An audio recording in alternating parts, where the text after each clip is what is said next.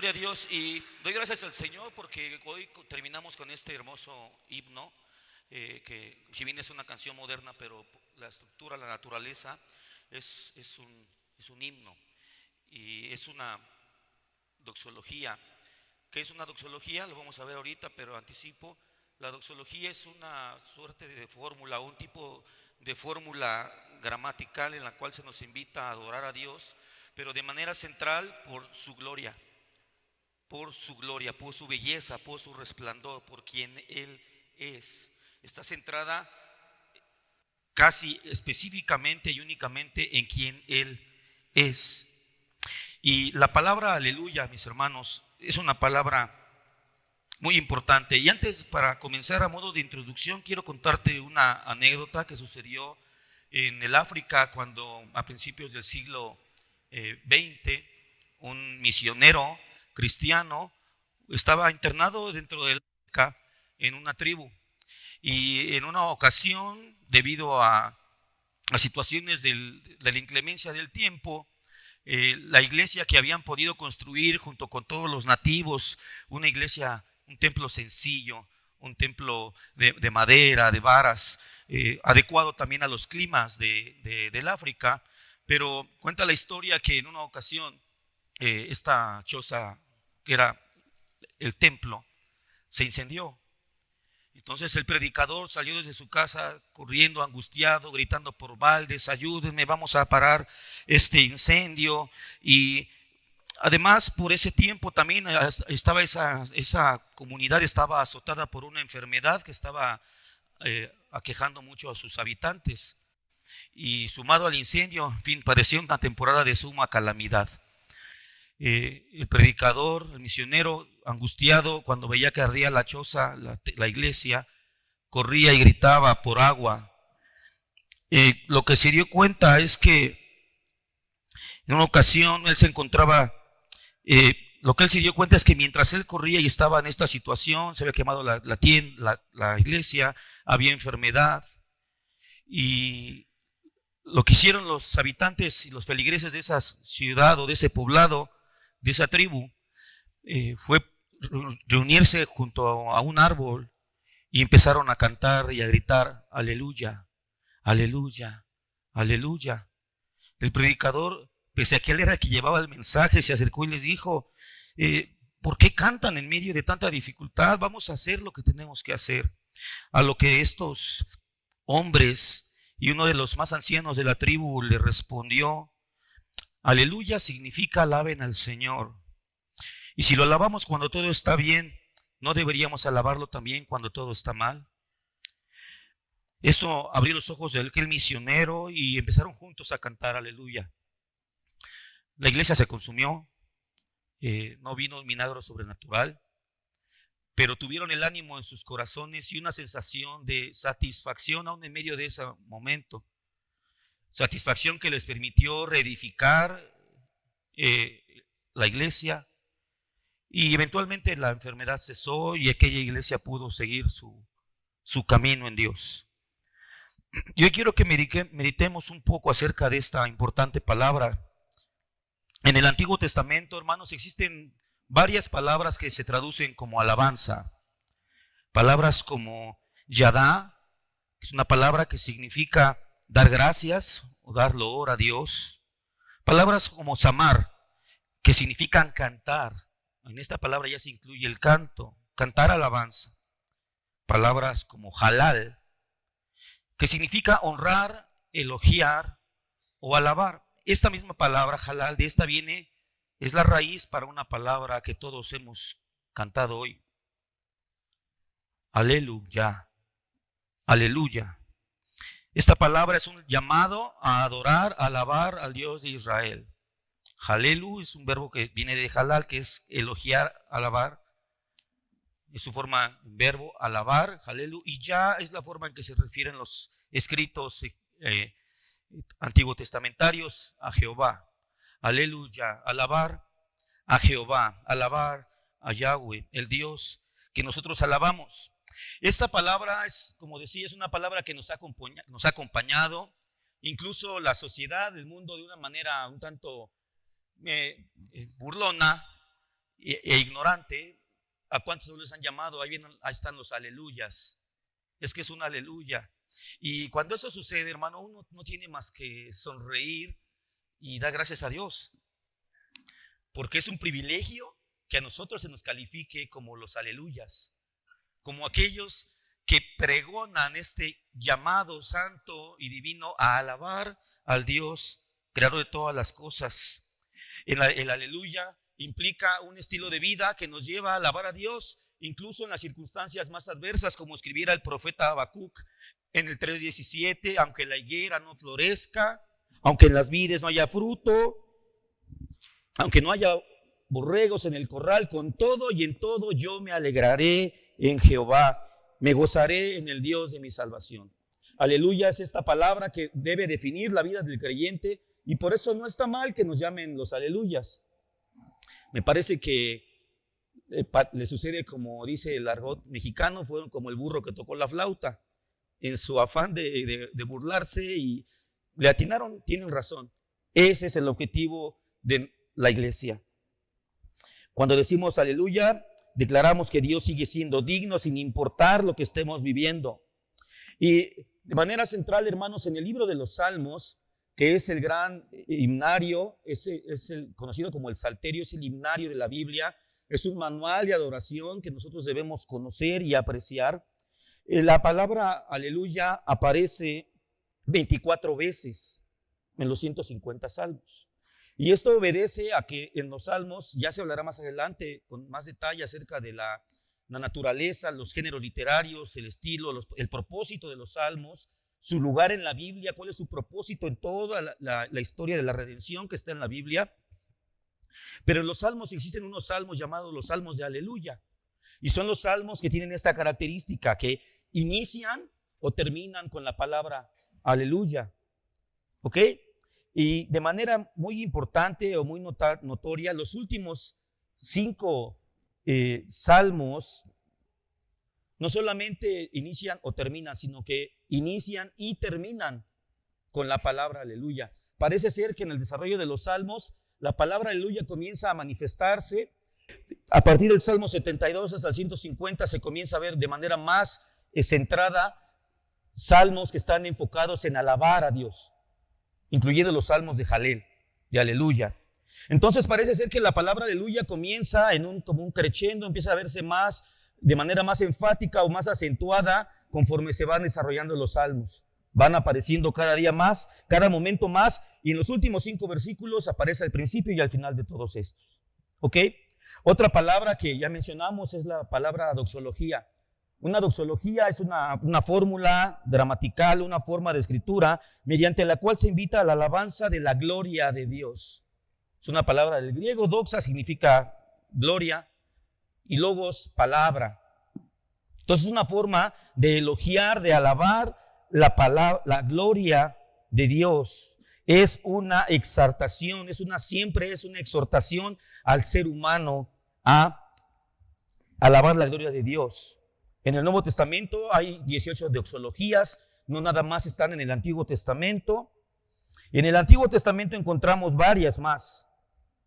Y es curioso porque los salmos, hermanos, no fue algo que se fue desarrollando allí de manera casi azarosa, sino que tiene una razón de ser cada uno de los libros en los que están estructurados los salmos, porque todos los libros en los que están organizados los 150 salmos, todos terminan con una doxología. El primer libro del Salmos termina en el Salmo 41 y en el versículo 13 dice: bendito sea Jehová, el Dios de Israel, por los siglos de los siglos. Amén y amén. El segundo libro de los Salmos termina en el Salmo 72 y en el versículo 18 y 19 leemos: bendito Jehová Dios, el Dios de Israel, el único que hace maravillas. Bendito su nombre glorioso para siempre. Y toda la tierra sea llena de su gloria. Amén y amén. Este doble énfasis que usaban los judíos para nosotros en español subrayamos, cuando escribimos subrayamos, ponemos negritas, ponemos cursivas, en mayúsculas, usamos un marcatextos. El judío lo que hacía es repetir. Entonces cuando dice amén y amén, dice esto es ciertísimo. Esto es ciertísimo. El tercer el tercer libro de los Salmos termina en el Salmo 89 y en el versículo 52 leemos: bendito sea Jehová para siempre. Amén y amén. Nuevamente, el cuarto libro termina en el versículo 106, versículo 48, diciendo: bendito Jehová, Dios de Israel, desde la eternidad y hasta la eternidad. Y diga todo el pueblo: amén, aleluya. Este es de los salmos de Jalel que terminan e inician con aleluya.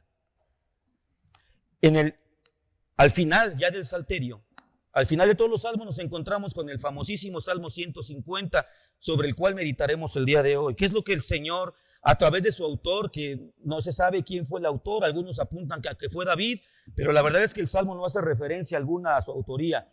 Pero sea quien haya sido el autor, es palabra de Dios y a nosotros nos es de edificación. Y vamos a tratar, con ayuda del Señor, ver qué es lo que este Salmo nos invita a hacer o qué es lo que nos ordena hacer.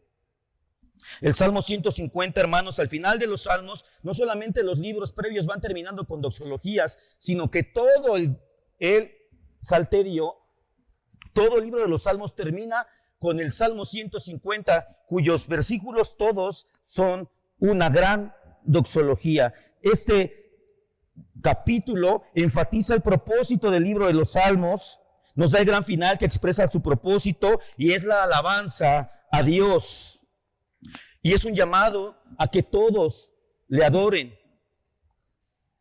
El Salmo 150 es una gran doxología que se le podría llamar pedagógica, porque no solamente nos dice quién es Dios, sino que nos da instrucciones sobre cómo atender al llamado de la palabra aleluya, que es alabar al Señor. Nos dice cómo debemos alabar a Dios. Y vamos a ir viendo estos puntos con la ayuda del Señor. Este salmo universal nos da este llamado y recita el lugar, el tema, el modo y la extensión de la sublime adoración de la cual nuestro Señor es digno. Este salmo es un compendio del objetivo de los salmos y nos dice cómo hacerlo. Es algo parecido como lo que hace el Señor Jesucristo en Mateo cuando nos da una oración modelo. En este salmo el Señor nos da la alabanza modelo, cómo debemos y podemos alabar. Y vamos a comenzar con nuestro salmo, hermanos. Para ello les voy a pedir que primero demos una lectura a todo el Salmo 150, que son 6 versículos nada más. Es corto, pero muy profundo. Yo leo la Nueva Biblia de las Américas y dice así: aleluya, alaben a Dios en su santuario, alábenlo en su majestuoso firmamento, alaben a Dios por sus hechos poderosos, alábenlo según la excelencia de su grandeza. Alaben a Dios con sonido de trompeta, alaben con arpa y lira, alaben a Dios con pandero y danza, alábenlo con instrumentos de cuerda y flauta, alaben a Dios con címbalos sonoros, alábenlo con címbalos resonantes. Todo lo que respira, alabe al Señor. Aleluya. Amén. El primer versículo comienza, como ya dijimos, con la palabra aleluya. Y nos comienza a instruir el salmista diciéndonos a quién debemos alabar. ¿A quién debemos alabar? Y dice: alabad a Dios. Amén. Desde Deuteronomio 6:13 el Señor ya había dicho: temerás solo al Señor tu Dios y a Él adorarás. Toda nuestra latría, nuestra adoración es solamente para el Dios creador, el Dios que está revelado en las Escrituras, el Dios que creó los cielos y la tierra. Amén. Y esta alabanza, mis hermanos, es importante saber que debe estar centrada. Bien sabemos que de una manera, no sé si usar la palabra simple o sencilla, o en un concepto amplio, la palabra alabar puede atribuirse o se puede usar para distintas cosas, porque también significa elogiar. Muchas veces elogiamos a nuestros profesores, elogiamos a familiares, elogiamos a amigos, elogiando su carácter, su diligencia, su precisión para realizar un trabajo, etc. En ese sentido, la alabanza puede ser atribuida entre semejantes. Una alabanza en un sentido muy amplio, muy sencillo.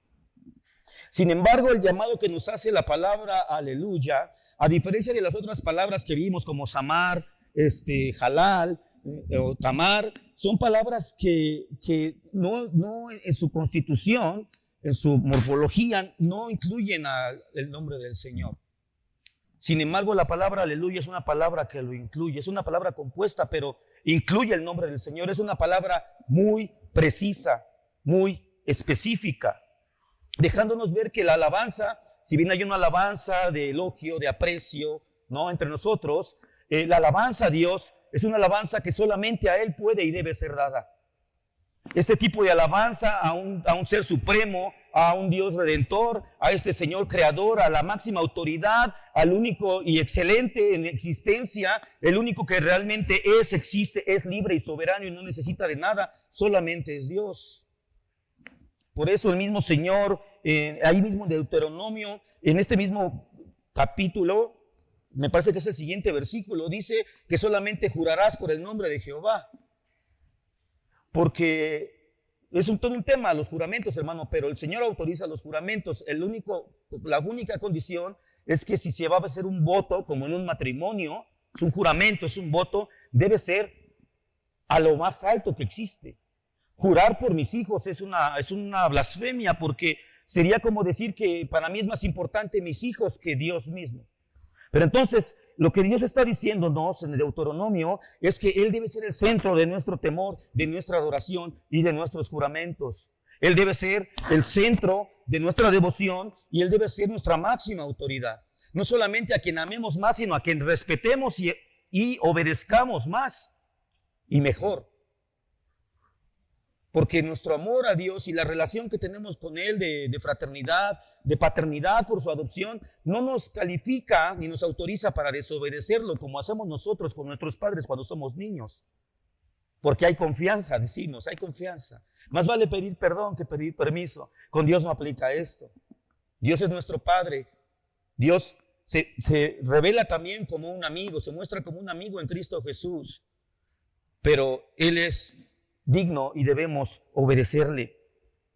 Ahora nosotros ya como la iglesia debemos entender que nuestra alabanza debe estar centrada en Cristo.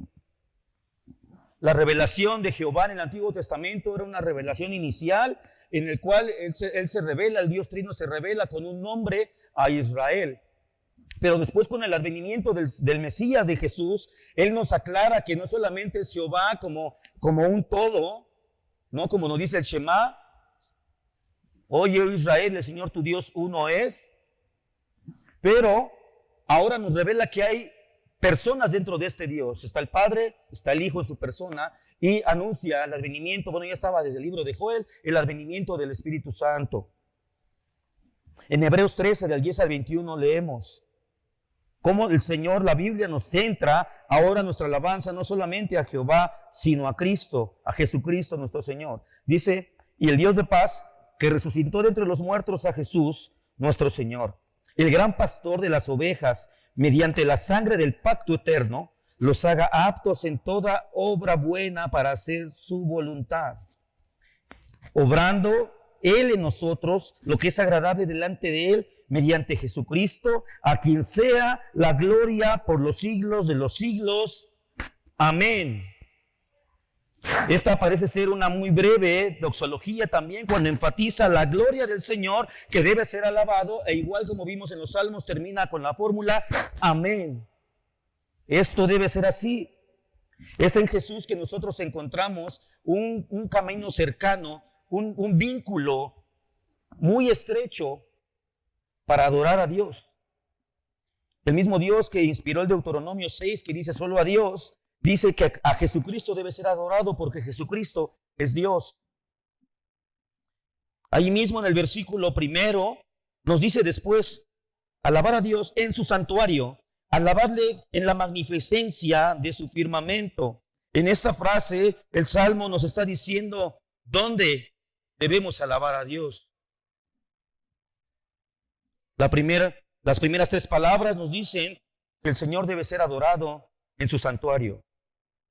Esto indudablemente hace referencia al tabernáculo que se encontraba en el desierto y que después sería edificado como el templo de Salomón. Hoy nosotros no tenemos el templo de Salomón, pero el santuario del Señor es su iglesia. La iglesia del Señor. Y bien, hermanos, sabemos que la iglesia somos todos nosotros, somos todos aquellos que hemos sido redimidos por Jesucristo y hemos venido al arrepentimiento en fe a Jesús, y hoy vivimos para su gloria, o estamos buscando vivir para su gloria. Pero la verdad es que el Salmo hace referencia a un lugar específico, y creo que es en este punto donde hemos tenido un desequilibrio contemporáneo, en el cual decimos, sí, nosotros somos la iglesia, pero la iglesia se reúne en un lugar en particular. Se reúne en un lugar en particular.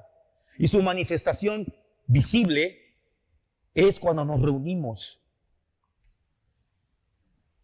El santuario, el templo, su nombre lo dice, el santuario es una referencia, era un lugar que era destinado, diseñado, preparado para mostrar la santidad de nuestro Dios.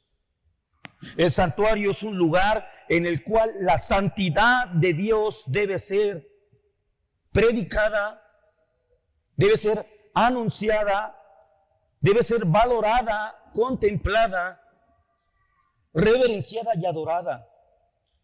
Ahora para nosotros en Cristo, este santuario ya no es un lugar más oculto como lo fue para Israel, en el cual solamente el representante legal de la época, que era el sumo sacerdote, podía entrar y encontrarse con este Dios en una habitación secreta. Ahora nosotros en Cristo tenemos un camino nuevo y vivo para acercarnos a Él. Y podemos entrar ahora, como nos invita el mismo Salmo, con alegría, con expresión, pero siempre considerando y sabiendo que estamos en su santuario. Platicaba con nuestro pastor hace unos días acerca de la alabanza contemporánea ante algunas manifestaciones de grupos modernos con una buena intención en su corazón, pero muchas veces con una muy débil base doctrinal. Canciones donde se está hablando de la mesa del Señor y en un videoclip se suben y empiezan a brincar y a bailar en esa mesa. No tienen ni idea de qué es la mesa del Señor. No tienen ni idea de a qué se refiere el Salmo 23, que el Señor adereza mesa delante de nosotros. No tienen idea. Piensan que es la mesa de un salón de fiestas, donde nuestra alegría está capacitándonos para sobrepasar y no considerar la santidad delante del Dios que estamos adorando.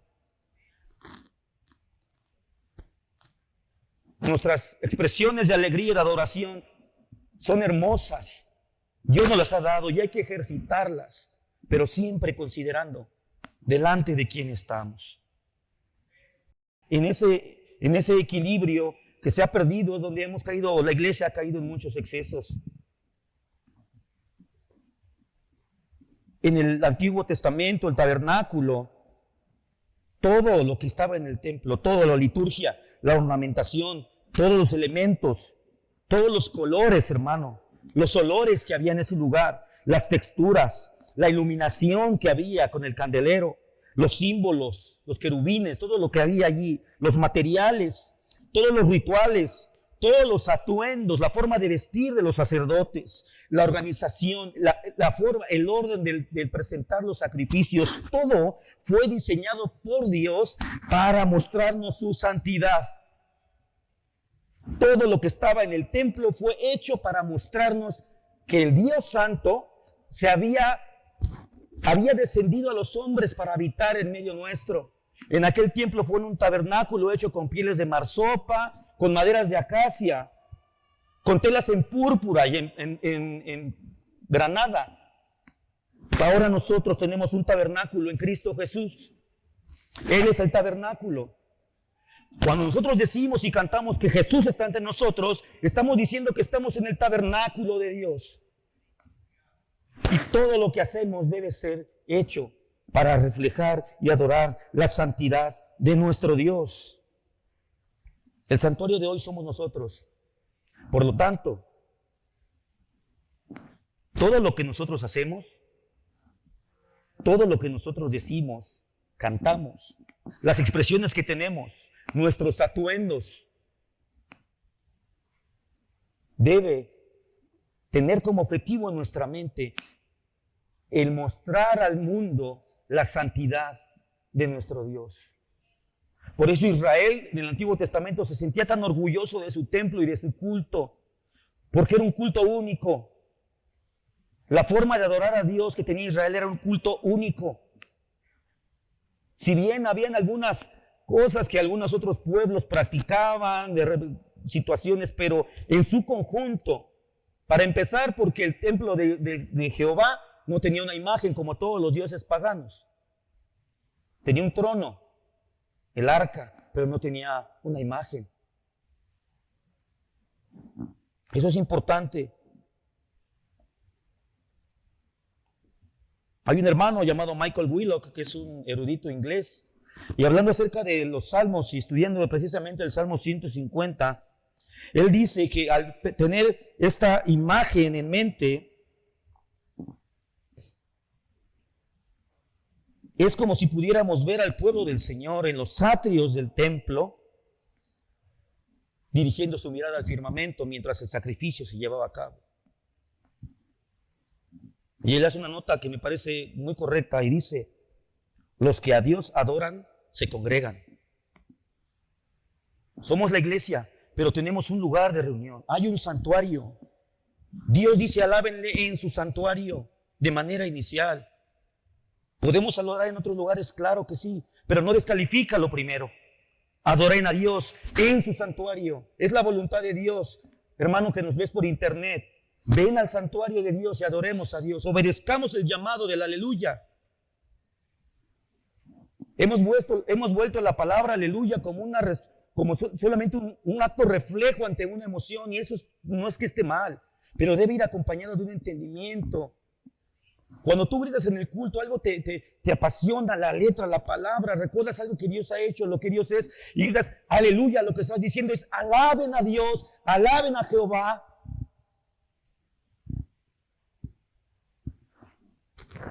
Y tenemos que hacerlos juntos, porque las promesas de la seguridad de la iglesia en el Nuevo Testamento no se miran que se den en lo individual, porque dice la palabra que las puertas del Hades no prevalecerán contra la iglesia. Amén. Entonces, ¿por qué mataron a Pedro? ¿Por qué decapitaron al apóstol Pablo? Si no va a prevalecer la muerte, porque la iglesia es el conjunto de toda la historia, hermanos. Muchos de nosotros tendremos aflicciones y tendremos calamidades, pero nuestro gozo es que la iglesia, el santuario en el cual Jehová debe ser alabado, prevalecerá para siempre. Y eso nos garantiza que el nombre de nuestro Dios será alabado para siempre. Ese es nuestro gozo. Aunque nosotros pasemos y dejemos de ser, su nombre seguirá siendo alabado mientras haya iglesia. Y la promesa del Señor es que la iglesia prevalecerá. Su santuario prevalecerá. Por lo tanto, su alabanza prevalecerá. La iglesia no es un amasijo de personas o de elementos así al azar. La iglesia no fue hecha en un Big Bang. No, la iglesia fue hecha por un diseño. La Biblia nos define como un edificio bien coordinado. Efesios 2, del 20 al 21, hablándonos a nosotros, a la iglesia, dice: están edificados sobre el fundamento de los apóstoles y profetas, siendo Cristo Jesús mismo la piedra angular, en quien todo el edificio bien ajustado, dice la Nueva Biblia de las Américas, Reina Valera dice bien coordinado, va creciendo para ser un templo santo, un santuario en el Señor. Nosotros somos el santuario donde se debe alabar a Dios. Nosotros todos juntos, Dios y nosotros. ¿A qué se refiere con que está edificado sobre el fundamento de los apóstoles y profetas?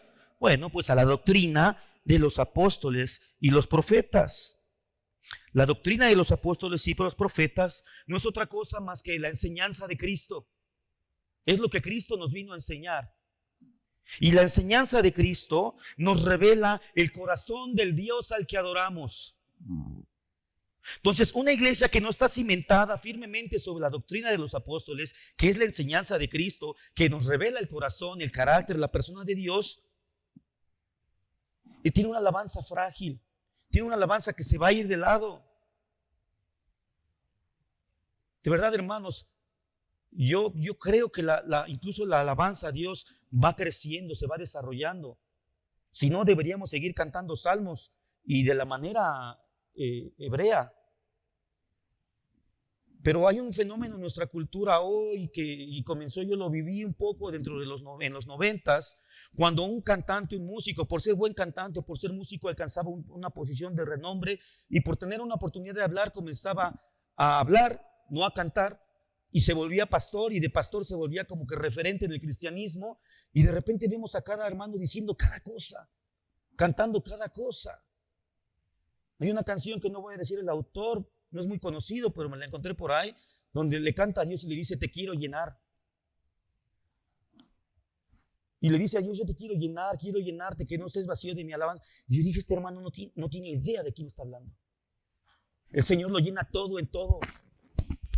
En Él vivimos, en Él somos, en Él existimos. No lo podemos llenar. Y muchas veces en las iglesias locales vemos ese mismo fenómeno. Desde que no tenemos un filtro para escoger qué canciones cantar, gracias a Dios aquí se cuida eso, se revisa. Pero hay lugares donde la canción de moda, la canción que prenda, la canción que pegue, la que el grupo de músicos defina, porque hay que sacar nuevas. No es así. No es así, es labor del pastor decidir qué se canta en la iglesia y qué no se canta. Es labor pastoral, porque esto es estar afirmado sobre la doctrina de los apóstoles, sobre la enseñanza de Cristo, conforme al corazón de Dios, al Dios que alabamos. Este mismo versículo nos dice no solamente que en el santuario, sino también dice en el firmamento, alabadle en la magnificencia de su firmamento. A eso se refiere el hermano Michael Willow cuando dice: los hermanos en el atrio, en el santuario, viendo el firmamento y alabando a Dios, mancomunadas. Perdón, hermanos. La alabanza en el santuario y la alabanza en el firmamento son alabanzas que deben ir juntas.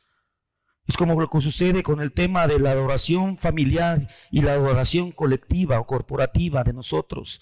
Tienen que estar juntas. La una no es excluyente de la otra.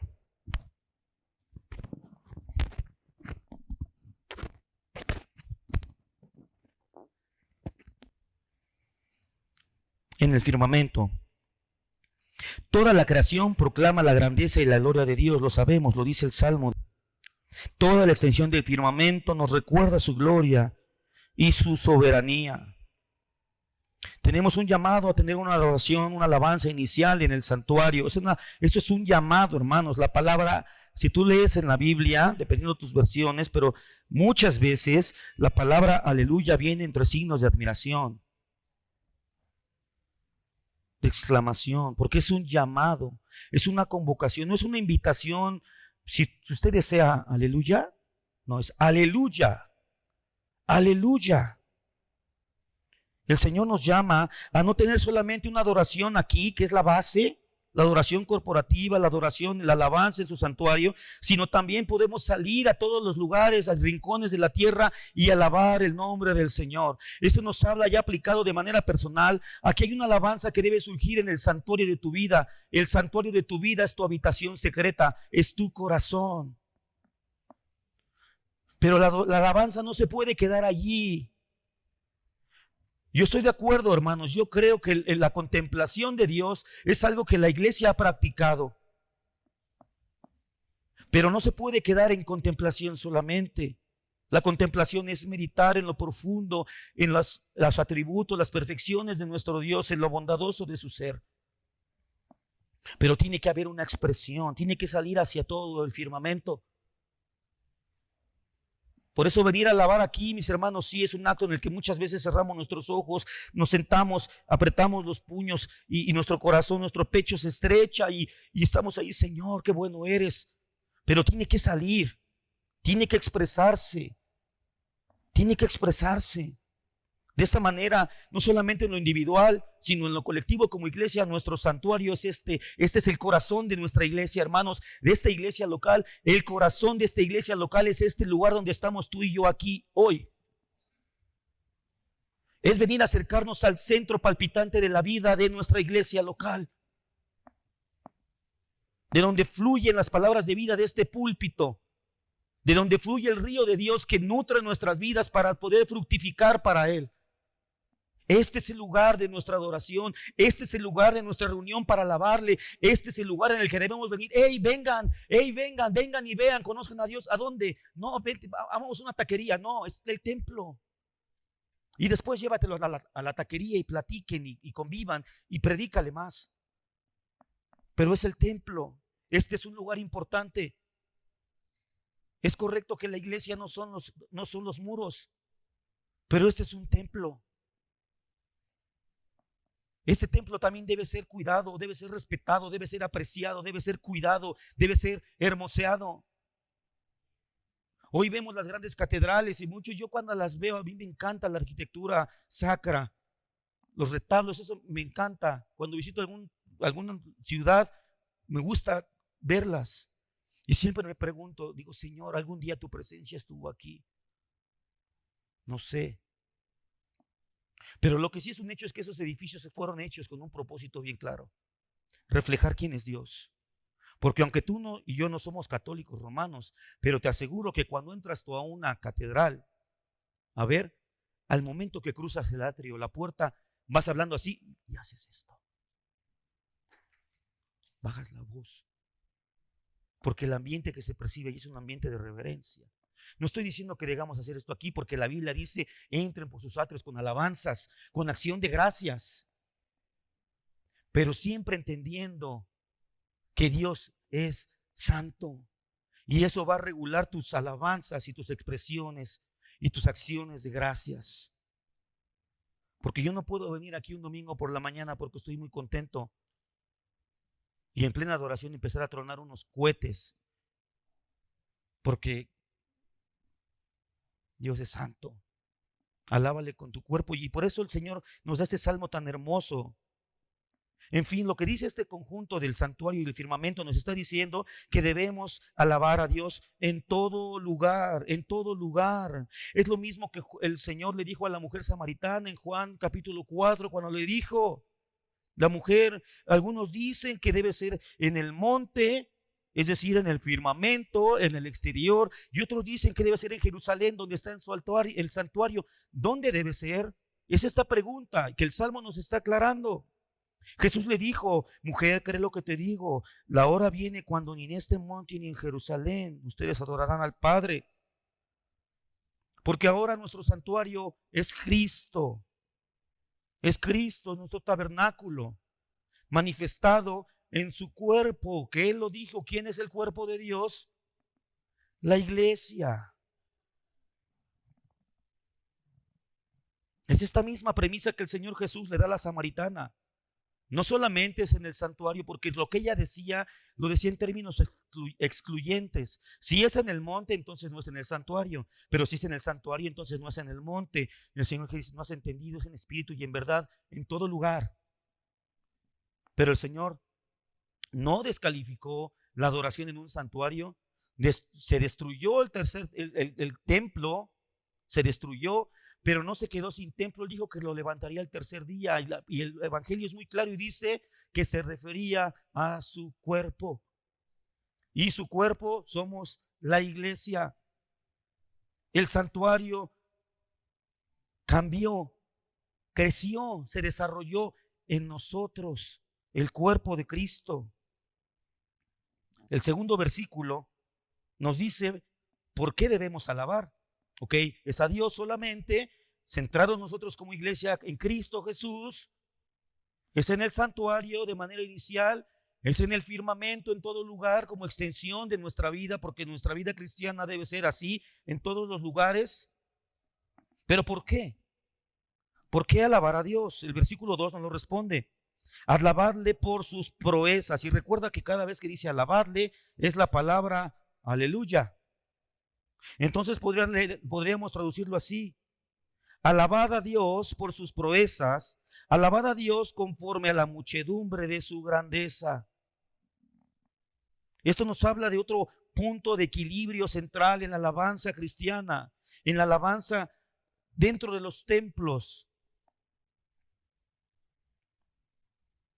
Porque nos habla por un lado de sus proezas, es decir, sus actos, lo que Dios ha hecho, sus bondades, las victorias, las liberaciones que nos ha traído del pecado. Todas las veces que ha atendido nuestro clamor con un sí en misericordia y nos ha sacado de la desesperación. Pero por otro lado también dice, alabadle conforme a la muchedumbre de su grandeza, es decir, de quién Él es, de su persona. Para adorar a Dios, hermanos, en Cristo, al Padre, al Espíritu Santo, no es suficiente solamente venirnos a gozar con sus obras o en sus obras, sino que también debemos tener en contrapeso su persona. ¿Quién es Él? No solamente Dios hizo, sí, mira, Dios hizo. ¿Sabes qué es lo que sucede con esto, hermanos? Es una ingratitud. Este salmo es breve, pero tiene mucho impacto. Dios merece la alabanza por lo que Él hace, ha hecho y hará.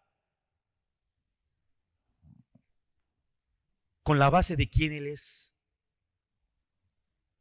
Él es el Dios del universo.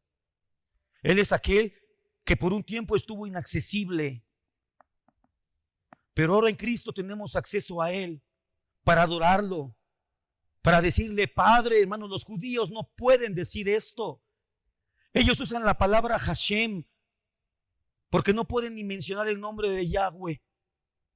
Hashem significa el nombre. Y lo usan como un sustituto nada más porque no son, y en verdad no somos, ninguno somos dignos de mencionar el nombre del Señor. Pero nosotros en Cristo tenemos la capacidad de hacerlo. Y no solamente eso, sino dice la palabra de que por el Espíritu decimos Abba, Padre. Bendito sea su nombre. Sus proezas y su inmensa grandeza señala a todo lo que se ha dicho en los otros 149 salmos. ¿Cuáles obras? Porque alguien que sea nuevo y que diga, bueno, ¿y qué ha hecho Jehová? Tenemos la Biblia completa, pero si aún no fuera toda la Biblia completa, los puros salmos no son suficientes para darnos cuenta quién es Dios. Por eso el salmista escribe en el Salmo 119 y dice, la suma de tus palabras son verdad. Pero toma en cuenta que en ese momento no se habían escrito toda la Biblia. Los salmos estaban en desarrollo, se estaban escribiendo en ese momento. Solamente tenían la ley, los profetas. No tenían el Nuevo Testamento, no tenían la magnífica carta a los romanos o la carta a los gálatas. No tenían el Apocalipsis donde nos deja ver la esperanza de que al final Cristo vence y reina para siempre. Y aún así se deleitaban. ¿Por qué? Porque la palabra de Dios es suficiente en cada etapa. O sea, lo que tú vayas aprendiendo hoy es suficiente para alabarlo. No necesitamos ser eruditos o teólogos para poder alabar a Dios. No, lo que ya conoces, dale gracias. Lo que Él ha hecho ya hoy, dale gracias. Quien sabes quién Él es, dale gracias y alábalo. Lo alabamos por sus proezas. Dios ha hecho maravillas en la historia de la humanidad y en nuestras vidas. Pero no nos podemos quedar ahí. Tenemos que volver a quien Él es, a la persona, porque todo lo que Él ha hecho, lo ha hecho para revelarse a ti y a mí como un Dios de amor, un Dios que nos ama, un Dios cercano y un Dios justo y poderoso. Quedarnos solamente con las proezas sería hacer lo que han hecho, lo que hicieron en el pasaje, en el pasaje de los 10 leprosos. En Lucas 17, recuerdas que el Señor se encuentra en el camino con 10 leprosos y todos pidieron y todos fueron sanados, todos recibieron una obra poderosa de parte de Dios. Y el Señor Jesús les dijo, hey, vayan y muéstrense al sacerdote. Y la palabra dice que los 10 fueron y se mostraron y dijeron, mira lo que ha hecho Dios. Dios me sanó, Dios me salvó, Dios me sacó de las drogas, Dios restauró mi matrimonio, Dios salvó a mis hijos. Y eso está bien porque el Señor Jesús se los dijo. Pero solo uno se preocupó por la persona de quien los había sanado. Y mucha iglesia está alabando así a Dios hoy. Queremos los cantos que nos hagan recordar qué felices somos y está bien, hermano. Pero los cantos que se centran solo en quién es Él nos parecen a veces aburridos, porque nos hacen pensar, mientras que los otros solo nos hacen sentir. Pero sentir en el culto está bien, pero pensar en el culto está bien, y juntos es mejor. Es lo excelente, porque es el conocimiento de quién Él es con la experiencia de su realidad. Eso hace una alabanza genuina y poderosa en nuestros corazones. Los 9 leprosos se quedaron solo con proclamar, con adorarle en el firmamento. Se quedaron alabando solo en el firmamento, en todo lugar, pero nunca regresaron al santuario. Nunca regresaron al centro. No se enamoraron de Jesús, solo de sus manos y de los frutos de su toque santo, pero se olvidaron de Él. Jesús esperaba, sabía que no iban a regresar todos porque nos iba a dar una enseñanza, pero Jesús esperaba que lo alabaran, lo fueran a alabar al templo. ¿Por qué Jesús los mandó al templo? Porque es importante estar en el templo. Es importante decir lo que Dios ha hecho en el templo, no solamente en Insta con un versículo, en el templo.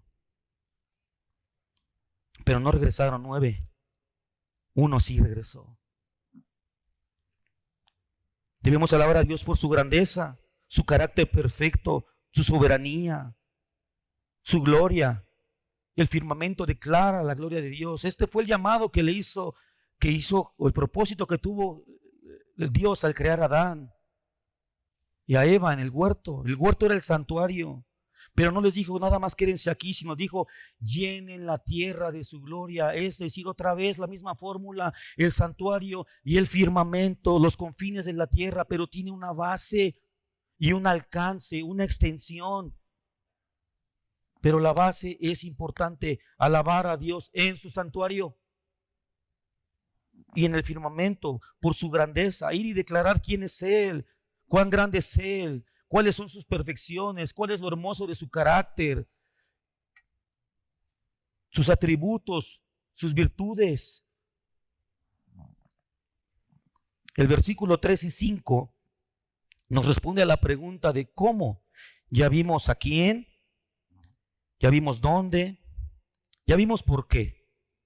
Pero ahora nos empieza a enseñar el Salmo cómo alabar a Dios. Por supuesto que eso tiene una aplicación, digamos, visible y una aplicación también interna. Dicen estos 2 versículos: alabadle a son de bocina, alabadle con salterio y arpa, alabadle con pandero y danza, alabadle con cuerdas y flautas, alabadle con címbalos resonantes, alabadle con címbalos de júbilo. Es decir, con todo. Porque aquí el autor está recapitulando una orquesta de su tiempo. Está diciendo una orquesta de su tiempo. Con todo. Pero ¿será que es suficiente nada más tener una instrumentación nutrida? ¿Será que con eso ya cumplimos con el cómo de Dios? Con la forma, porque el cómo responde a la forma. ¿Será que con tener muchos instrumentos y de todos cumplimos con el cómo de Dios? Los varios instrumentos que estos versículos nos narran o nos describen, nos listan, sugieren muchas ocasiones distintas de alabanza. Cada uno de estos pares de instrumentos obedecían a una ocasión particular de la adoración de Israel. No están puestos al azar. Las bocinas, los cuernos, las trompetas, estas eran usadas en los días de fiestas y en los anuncios de jubileo. Esta fiesta en la que se decía: hey, tus faltas, Israel, son perdonadas. No hay más culpa sobre ti, tu pecado, tu agravio ha sido perdonado. Ha sido limpiada tu culpa, Israel, regocíjate y ven a fiesta. Y sonaban la trompeta. Yo pregunto, cuando en esta iglesia suenan nuestras trompetas, tu respuesta es por el sonido de la trompeta o porque recuerdas que tu pecado ha sido perdonado y tu falta ha sido lavada por la sangre del Cordero. Lo que esto nos dice es que debemos alabar a Dios con la gratitud por su redención y gozarnos en Él por la gratitud de su redención. ¿Será que esto lo pueden hacer iglesias sin trompetas? Yo creo con todo mi corazón, por eso tenemos aquí instrumentos de viento, en que nos habilita el texto a tener instrumentos de viento. Pero no creo que se quede allí. Porque ¿qué pasaría con las iglesias de los siglos que nos preceden? O de las iglesias metodistas, bautistas, presbiterianas, que son nuestros hermanos y que son iglesia de Dios y que no usan trompeta. Entonces ellos no pueden alabar al Señor. Claro que sí. Porque el centro de la bocina es la redención. Era un llamado para el anuncio del jubileo y las diversas fiestas. No es el tema de las fiestas judías, pero es alabar la redención. Por otro lado, las percusiones eran en momentos de celebración, en regocijarse en la soberanía de Israel, en su Dios. Debemos regocijarnos en que nuestro Dios es soberano y que tenemos la libertad para usar nuestros miembros, hermano, para alabar a nuestro Dios. Pero no es el tambor por el tambor. No. Es porque Él es nuestro soberano. También nos habla de instrumentos de cuerdas. Y los instrumentos de cuerdas, los salmos mismos, la palabra salmo, el salterio, son canciones, poemas musicalizados, hechos canción para tocarse con instrumentos de cuerdas. ¿Y de qué nos hablan los salmos?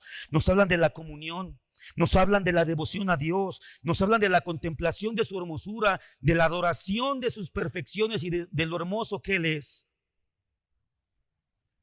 Tenemos instrumentos de cuerdas, está bien, pero si con todo y instrumentos de cuerdas tú no estás adorando a Dios por quien Él es, por su carácter, por su bondad, porque estás en comunión con Él, por un ánimo devocional, entonces solamente es la música.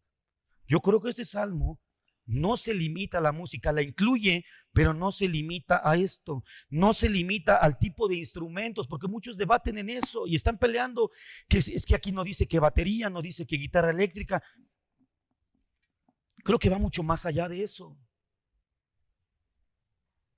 Porque todo lo que había, dijimos, en el tabernáculo, en el santuario de Jehová, desde el Antiguo Testamento, toda la ornamentación, artilugios, olores. ¿Te has puesto a pensar cómo sería entrar al lugar santo, hermano? Un lugar cerrado, con telas color rojo, con muebles de oro pulido, con 7 lámparas con flamas flameantes. ¿Qué efecto visual habría en ese lugar? Con un incensario. Wow. Todo eso yo creo que nos revela un principio espiritual para nuestra forma de alabar a Dios, que debe estar presente en la iglesia hoy. Debe estarlo, porque es el prototipo de nuestro tabernáculo que somos nosotros en Cristo. Pero no vamos a tener aquí, vamos a replicar el tabernáculo. Ese es el tema con los judaizantes, que se quedan con el símbolo y no con el principio que nos revela el símbolo. Entonces, las cuerdas, los salmos, comunión, devoción, contemplación de su hermosura. Ya se nos habló de a qué hablamos entre nosotros, hablar con salmos, fortalecernos en quién es Dios, invitarnos a la comunión. En el Salmo, no hay una sola emoción humana que no esté en los libros de los Salmos. Y lo más glorioso de esto es que no solamente están, sino que todas tienen su solución en Dios. Todas, la más profunda depresión, incluso altivez, en Dios tiene solución y su equilibrio. Los salmos nos revelan cómo todo lo que el ser humano es puede levantarse a Dios en una adoración con emociones santificadas y encontrar su correcto equilibrio en la alabanza a Dios. Esos son los salmos. son píldoras para el alma. Si alguien está abatido, si alguien se encuentra en depresión, lea los salmos. Encontrará consuelo y confort para su alma. También nos habla del cuerpo, nos habla de la danza, el instrumento por excelencia. Hay muchos estudiosos eruditos que piensan que esta palabra que se traduce como danza, majol, no solamente se puede traducir como danza, sino como algún otro tipo de instrumento. Y dicen, es que todo el listado del Salmo 150, todos son instrumentos, salvo la danza. Pero yo creo que no se están dando cuenta que el instrumento por excelencia es el cuerpo. La danza no rompe la línea de que todos son instrumentos, todos son instrumentos y de repente la danza, y si es una expresión, porque como dice aquí, alabarle con sonidos, ¿no? Con panderos, todo esto implica una expresión física, no es poner un pandero allí nada más en la mesa, sino que se use. Lo mismo es la danza con el cuerpo. Que de nuevo, debe haber equilibrio entre sus obras que provocan nuestra alegría y su persona, porque también hay formas de danzar a Dios. Soy convencido que un gran problema de nosotros son los conceptos. Tenemos palabras que entendemos porque no significa lo mismo que danza o baile. Hay quienes les da miedo usar la palabra baile en temas de la alabanza. Es como yo tenía unos conocidos que estudiaban danza y yo les decía, entonces, ¿tú estudias danza? Sí. Entonces, ¿eres danzante? No, soy bailarín. Entonces, ¿estudias baile? No, estudio danza. Porque la palabra baile como que les parece un poco corriente, un poco vulgar, un poco común, como que la palabra danza le da un poquito más de rimbombancia, ¿no? No suena igual que, no, fui a bailar a la iglesia, fui a danzar, no suena igual.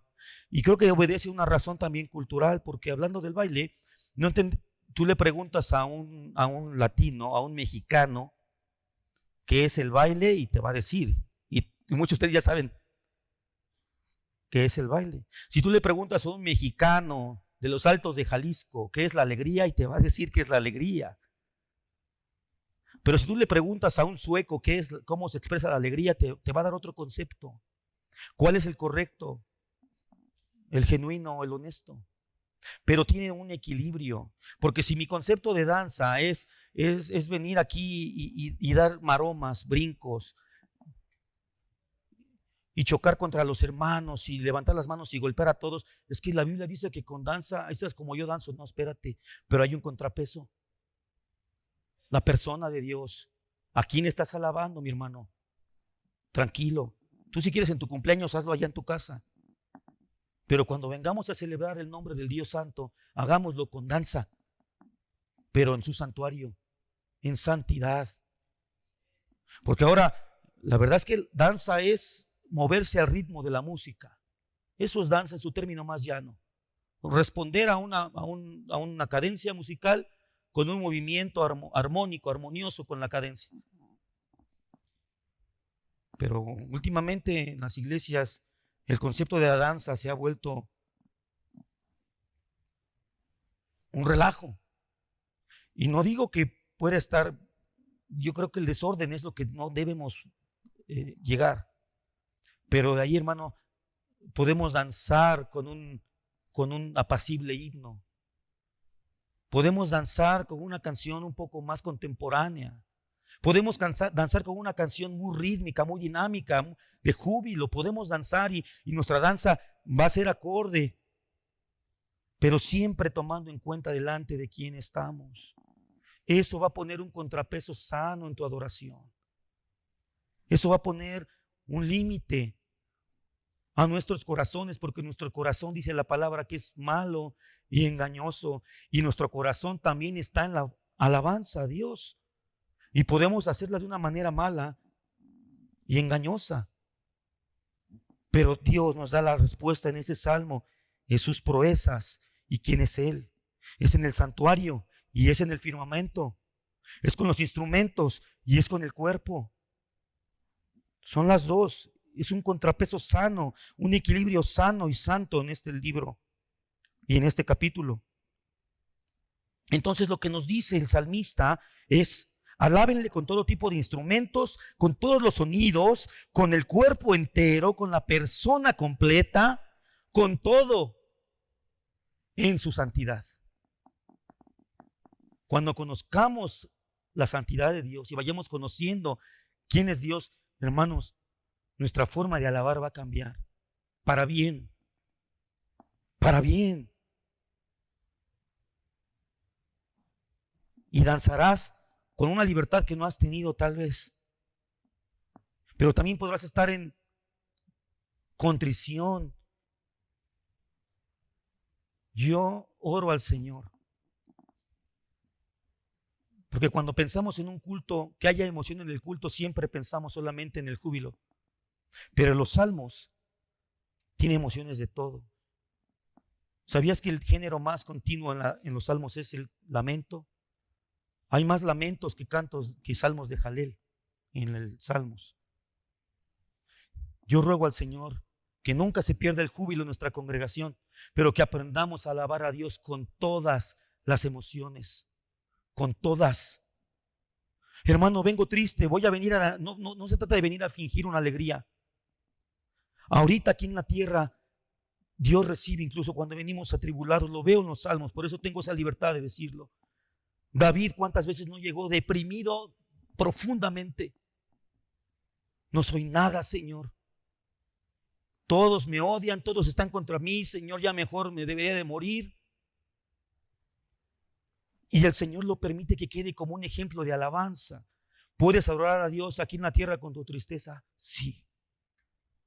Si tú vienes triste, no tienes por qué venir a fingir una euforia fabricada o artificial, como para contrarrestar la tristeza. No, ven y desde tu tristeza, desde lo profundo de tu santuario, dile: Señor, estoy triste, pero te alabo por quien tú eres.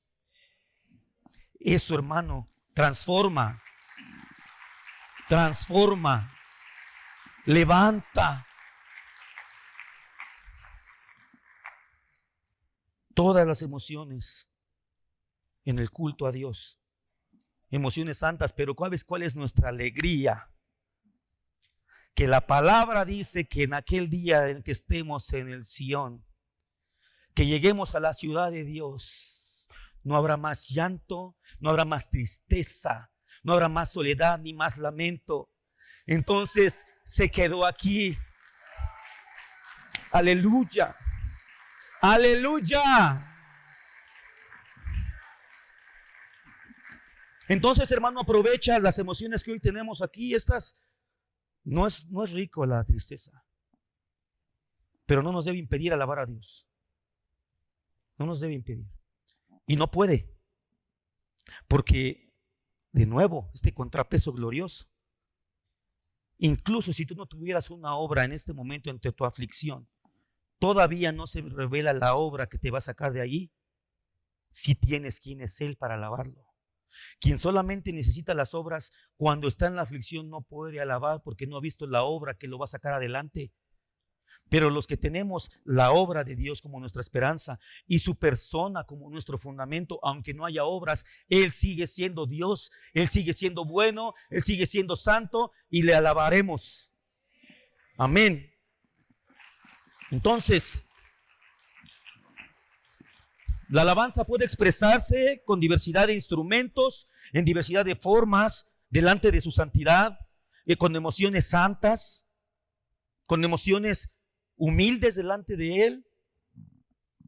Dios desea una alabanza que sea vibrante, una alabanza que sea apasionada, una alabanza que sea sincera, una alabanza que sea profunda, pero que también sea abierta y clara a todos. En una ocasión le dije a una hermana, es que no te expresas, tienes algo, o sea, no me refiero a que, porque a veces el que danza quiere que todos dancen, y el que no danza quiere que todos no dancen, y el que palmea quiere que todos palmeen, y el que no palmea quiere que nadie palmee, y ya, ¿no? Somos algo curioso. Pero le decía a esta hermana, y ella me decía: no, yo no alabo a Dios en público porque yo lo alabo en lo privado. Eso es como si le dijera a mi esposa: yo no te respeto en público porque te voy a respetar en privado. A ver cuántos les caería de gracia eso. O a los maridos que nos dijera eso. No, yo no te voy a, yo te voy a atender en privado, pero en público. No, hermanos, tiene que ser las dos. El Salmo nos enseña eso. El Señor, el Espíritu Santo que inspiró nos está diciendo cómo alabar a Dios. Este pasaje, si bien es un reclamo, una alabanza hueca, es decir, una expresión vacía, no descalifica el uso de los labios, no descalifica, no excluye la expresión. Lo que ataca y lo que denuncia el Salmo es la alabanza que excluye la alabanza que no es sincera, la que no está equilibrada. La alabanza debe abarcar todos los aspectos de nuestra vida y ser expresada con gozo y con libertad. Con libertad. ¿Con libertad de qué? Del pecado. La libertad no es hacer cada quien lo que le convenga o lo que quiera, hermano. Yo he escuchado aplicar ese texto. A libertad fuimos llamados, entonces yo voy a hacer lo que yo quiera. No, espérate. Fuimos llamados a la libertad del pecado. A esa libertad habla. Y en esa libertad del pecado podemos alabar a Dios con expresión, con gratitud, con emoción. Si bien la alabanza tiene una raíz interna y profunda, es decir, silenciosa, esta también debe ser expresada de una manera abierta y clara, de una manera sonora. La Biblia está llena de invitaciones a levantar la voz, a la alta voz, con júbilo, equilibrio entre su persona y su obra. Este llamado también aparece en Hebreos 13:15, no solamente en el Antiguo Testamento. Dice, por tanto, ofrezcamos continuamente mediante Él, nuestro tabernáculo, nuestro santuario, sacrificio de alabanza a Dios. Aleluya. Es decir, frutos de labios que confiesan su nombre al firmamento. Fruto de labios. Los labios no dan manzanas, dan sonidos. Canta al Señor. Usa tus labios para decir quién Él es. Es un fruto visible y definido, centrado en lo que ya vimos en los versículos anteriores. Es un fruto centrado en Dios, centrado en Cristo, en su santuario, en todo lugar, con todo lo que somos y tenemos, y se debe expresar con labios que tienen raíces profundas en el corazón. Ahora, versículo 6.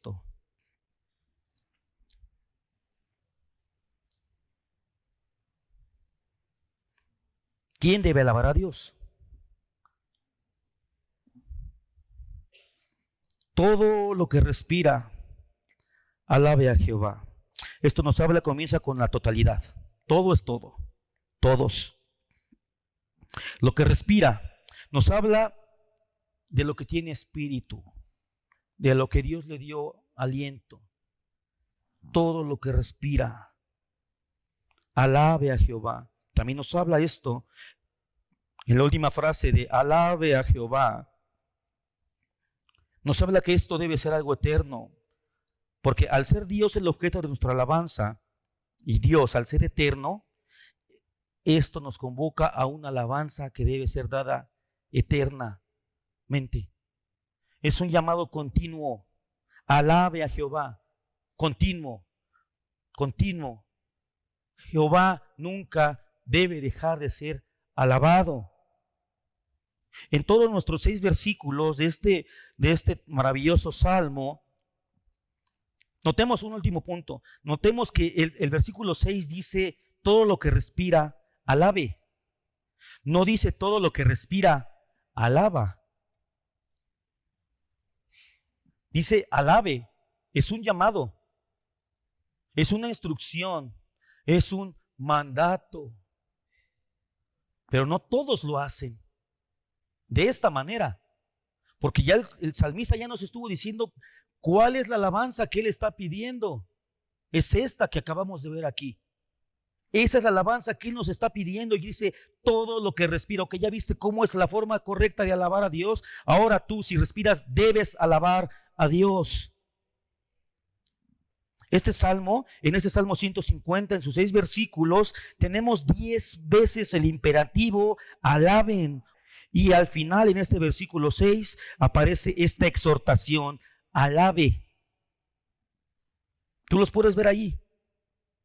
Alaben a Dios en su santuario, alábenlo en su majestuoso firmamento, alaben a Dios por sus hechos poderosos, alábenlo según la excelencia de su grandeza, alaben a Dios con sonido de trompeta, alábenlo con arpa y lira, alaben a Dios con pandero y danza, alábenlo con instrumentos de cuerda y flauta, alaben a Dios con panderos sonoros, alábenlo con los címbalos resonantes, todo lo que respira. Y la exhortación, alabe a Jehová. ¿Cuánto énfasis? ¿Cuánto énfasis? Sin duda esto fue una figura o una herramienta semántica o gramatical para hermosear el salmo, pero por supuesto que nos da un énfasis espiritual. Este llamado, aleluya, es un énfasis en todos los salmos y va increciendo, como expresamos al principio. Todo el salterio, todos los 150 salmos, todos sus miles de versículos apuntan a que todo lo que respira alabe a Jehová. De manera semejante a toda la Biblia, hermanos. Amén. La Biblia termina con el Apocalipsis, donde también viene un llamado a alabar a Dios. Por eso Martín Lutero le llamaba a los salmos la Biblia chiquita, porque en ellos se encontraba toda la Biblia. Es la exhortación a través del libro de los Salmos a alabar a Jehová. Es el motivo misionero que declara a menudo. Es el clímax que se dirige todo el plan redentor de Dios. Esto es lo que fue profetizado por Isaías en el 45:23. Esto que está llamando el salmista es lo que profetizó Isaías. Por mí mismo he jurado, de mi boca salió palabra en justicia y no será revocada, que delante de mí se doblará toda rodilla y toda lengua, y jurará toda lengua. Siempre ha estado en el corazón de Dios que todos los vivientes alaben su nombre, no por un motivo egocéntrico, no por un motivo ególatra, sino porque Él sabe que la satisfacción plena de toda criatura está en alabar a su Creador. Ese es el éxito. Este llamado es la médula de nuestro servicio a Dios. Por esto servimos, hermanos, servidores. Por esto servimos. Aleluya. Por el aleluya que el Señor nos da. Por el grito del sacerdote. Aleluya. Por eso servimos, por eso alabamos, por eso nos esforzamos, por eso nos desvelamos, por eso llegamos temprano, por eso nos vamos al último. Por eso llegamos sin desayunar y nos subimos sin desayunar. No es por la posición, sino por aquel, por Él, cuya obra y persona nos acompaña todos los días. Filipenses 2, del 9 al 11 dice, por lo cual Dios le exaltó hasta lo sumo y le dio un nombre que es sobre todo nombre, para que delante del nombre del Señor se doble toda rodilla de los que están en los cielos, en la tierra y debajo de la tierra, y toda lengua confiese que Jesucristo es el Señor, para gloria de Dios Padre. Aleluya. Esto es aleluya. Aleluya no es nuestra respuesta nada más porque somos cristianos y de repente nos emocionamos y gritamos aleluya. O ante un sobresalto, aleluya. No es como gritan los católicos que dicen, ay virgencita, no es eso. Esta palabra que nos ha acompañado por siglos y siglos es nuestro estandarte de vida. Es nuestra razón de ser como iglesia. Es nuestra razón de existir como individuos. Esto es nuestra razón de servir en la iglesia. Es nuestra razón de contribuir con nuestras ofrendas. Atendamos el aleluya del Señor. Un mandato divino. Fuimos creados para alabanza de la gloria de su gracia. La alabanza no es solamente para los músicos o los líderes espirituales. En ese sentido, ¿quién es el verdadero líder de alabanza? Aquel que levantó su voz y dijo aleluya al Espíritu Santo al inspirar estas palabras. Él es el que dirige la alabanza. Él es el que nos dice a quién, cómo, cuándo, dónde, de qué forma, con qué instrumentos, por cuánto tiempo. Es Él el director de la alabanza. Nosotros solamente debemos responder. Y de eso somos responsables.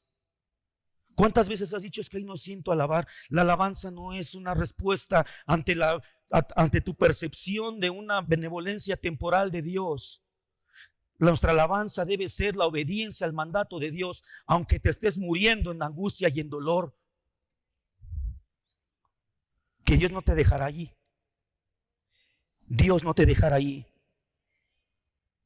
Porque el mismo rey David escribió: porque no dejaste que tu santo vea corrupción, ni me abandonaste en el Seol. Él no te va a dejar.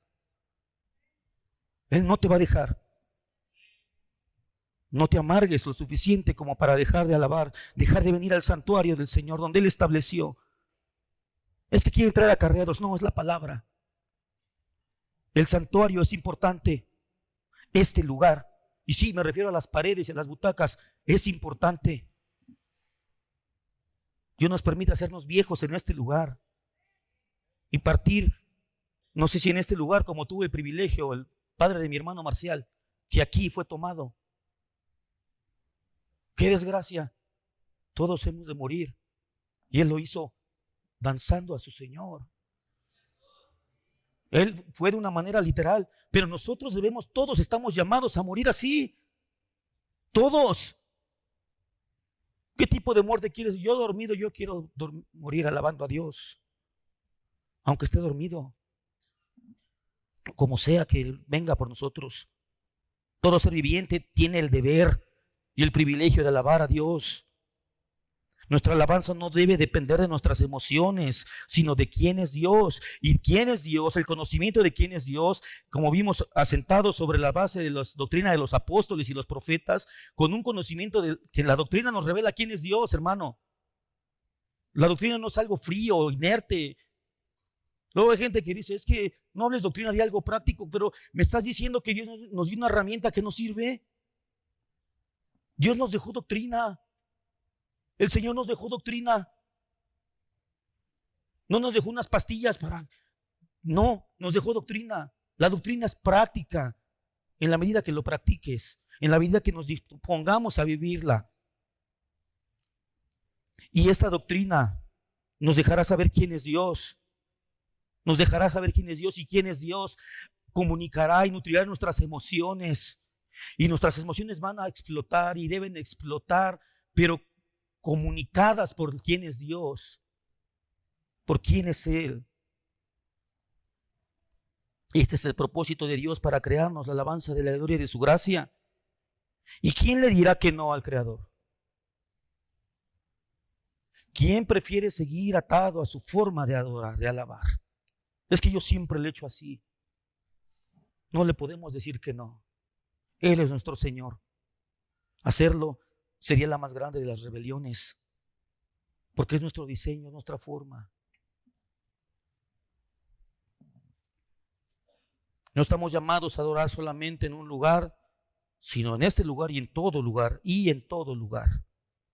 recordando sus maravillas, entendiendo que la mayor maravilla que existe es Él, es su persona.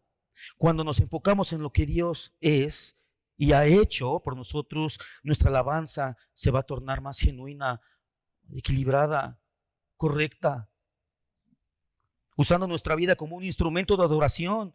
No solo la música alaba a Dios, y digo no solo, porque también, hermanos, vemos la alabanza no es música, pero la música sí puede alabar. Vemos en los salmos, hablando de Asaf, dice que Asaf era líder de los percusionistas, y ¿sabes qué dice la palabra? Que él profetizaba con las percusiones. Yo cada que escucho eso a mí me explota la cabeza, hermano.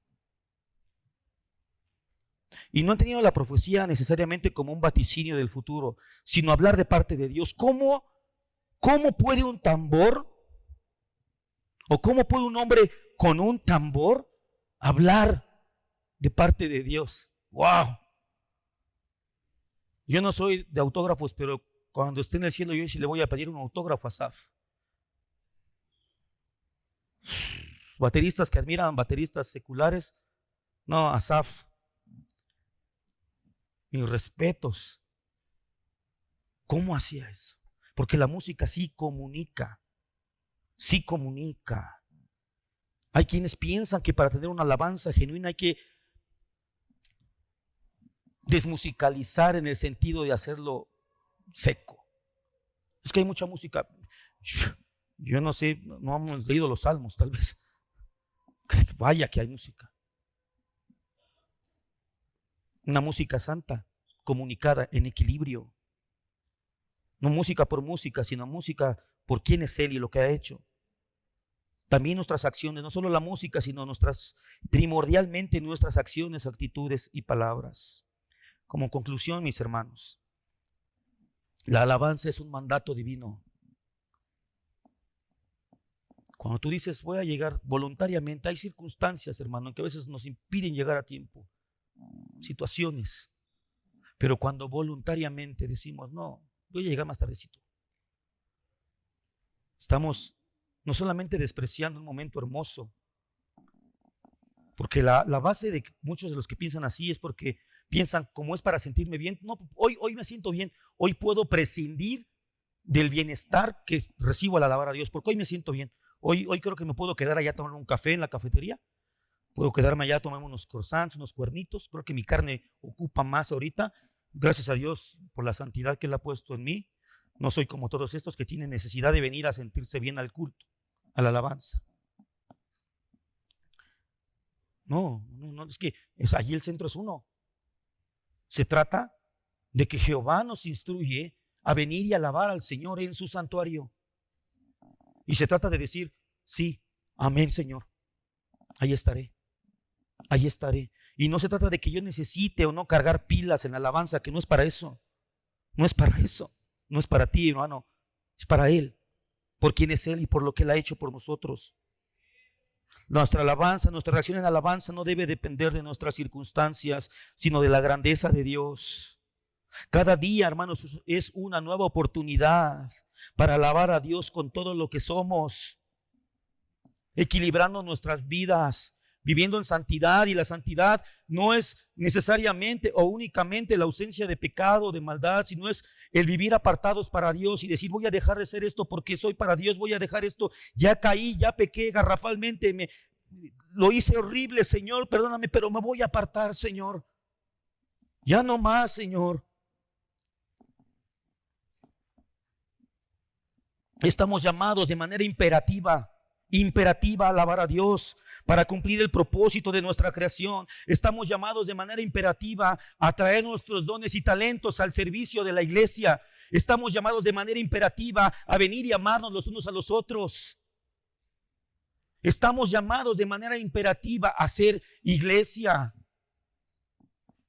Porque todo lo que hacemos en el culto, desde el servidor del que cuida el carro que está más lejos de aquí, hasta el que se sube a predicar aquí, todos estamos aportando, sumando para que todo el conjunto de la iglesia refleje la santidad de Dios, para que todos vean y teman, se arrepientan y vengan a la salvación en Cristo. Todos estamos llamados a eso. Alabar a Dios con todo lo que somos, en nuestro servicio, en nuestra canción, en nuestra expresión, en nuestra atención a la palabra, en nuestro consuelo a los demás. Lo que dijo el pastor, dejando de murmurar y de quejarnos, porque la queja es la hermana siamesa de la murmuración.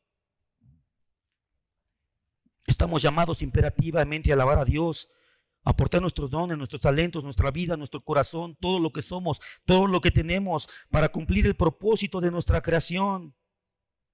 Pero Él nos instruye en el por qué, en el cómo, en el dónde, en el con qué y quiénes debemos alabar.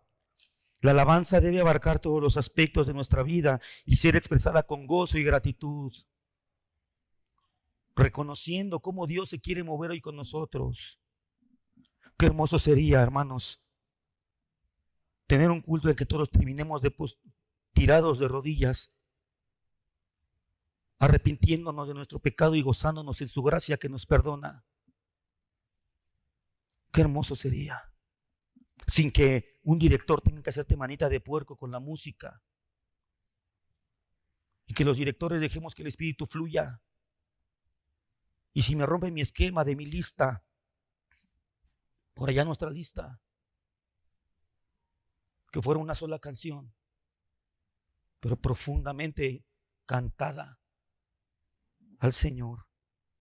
Y vendrán cultos de expresividad y de gozo y de orquesta y de trompetas y de panderos, vendrán cultos.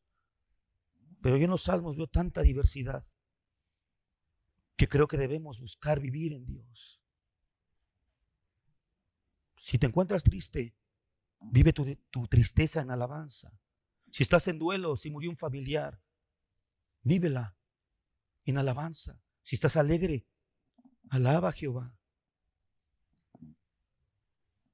La alabanza debe tocar todos los aspectos de nuestra vida. Y puesto que ésta tiene una base y fundamento en Él, jamás dejará de ser. Amén.